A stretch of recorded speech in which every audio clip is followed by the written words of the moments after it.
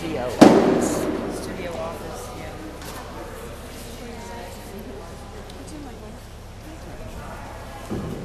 Yeah, they said that yesterday. One bedroom, one bath. So has everyone seen the movie? Yes. Okay, great. I think that does a good job explaining the project.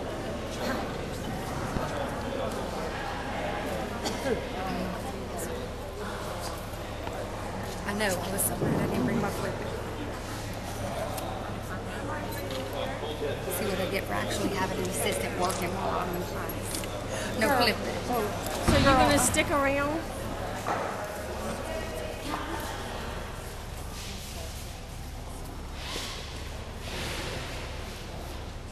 Thank you. I'm so excited that you all have come to see our project. We're real proud of the progress that we made and just excited to tell people about it. My name is Jeff Kurtz. I'm an associate professor of architecture. These are my graduate students and undergraduate students who are working on the project. We have about 30 students right now working on it in architecture. We also have had over 200 students over the whole course of the project. We've been designing it. Well, first we had to write a proposal. We were one of 20 that were accepted out of 40. And then, of course, the last year was designing it and producing the construction drawings for the home, building mock-ups and testing pieces of it. And then we've started building it this year. Actually, just about 8 weeks ago, some of our students went down to St. Martinville, Louisiana system-built homes, and they fabricated the SIPS panels there. The SIPS panels are structural insulated panels. And that's what you see the walls and the roof are made of.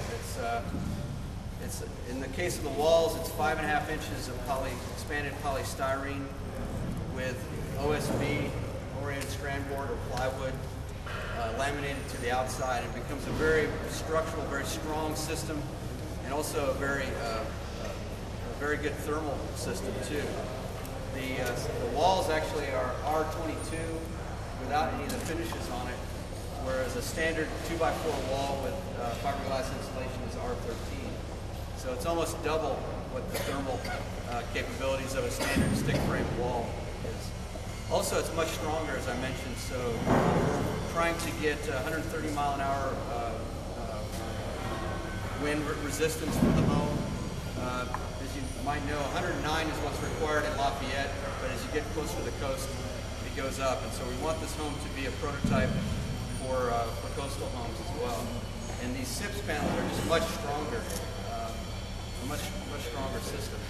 They cost about 10 to 15% more, but it pays for itself very quickly within 2 or 3 years because of the thermal performance of the skin.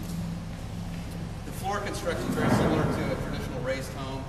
When we take this home to Washington, D.C., we're going to put it on elevated piers that are in the back. You might be able to see them on the way out. They're actually little steel piers that lift the home up. We're bringing it back here to Lafayette, or its permanent site, and we're still trying to determine where that is, and whether it's going to be on the campus or near the campus, so that it'll be open to the public. It'll probably be on brick piers.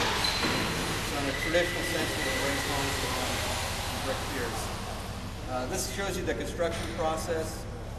You can see the SIPS panels. The roof is put on here. You're going to have a vapor barrier, moisture barrier that wraps the entire building that's called Vapro Shield for the walls.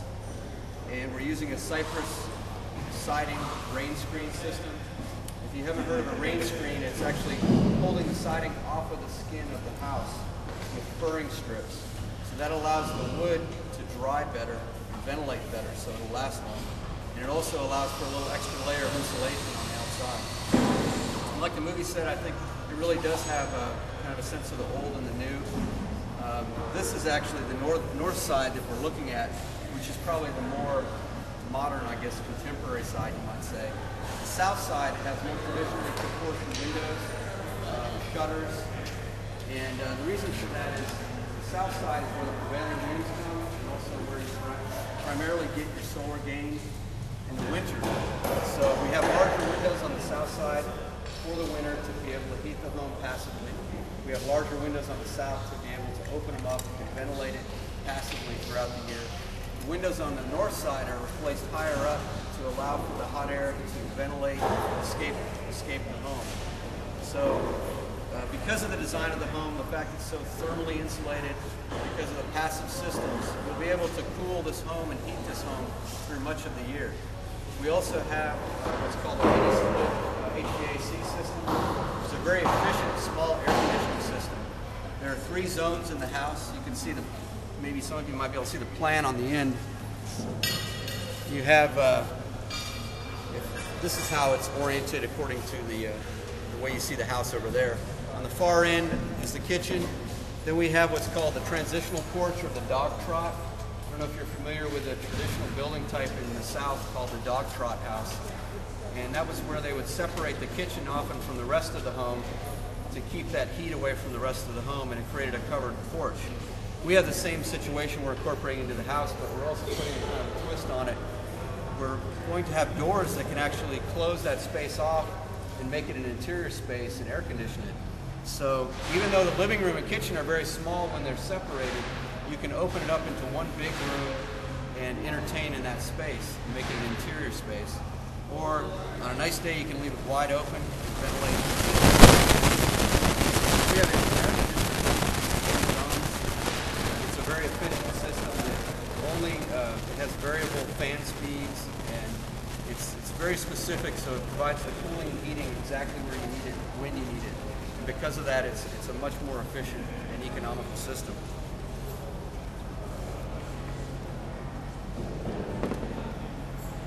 Of course, because it's the solar capital, one of the main things we have is photovoltaic panels on the south side of the house. Projecting over the roof in these renderings.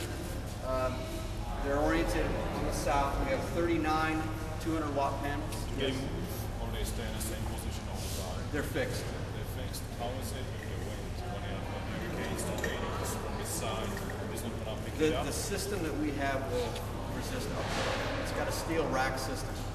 Now, if there's a hurricane coming, you would probably take off those top panels. They can be taken off. But under normal conditions, you can leave it up there. The panels are also resistant to hail and other damage too.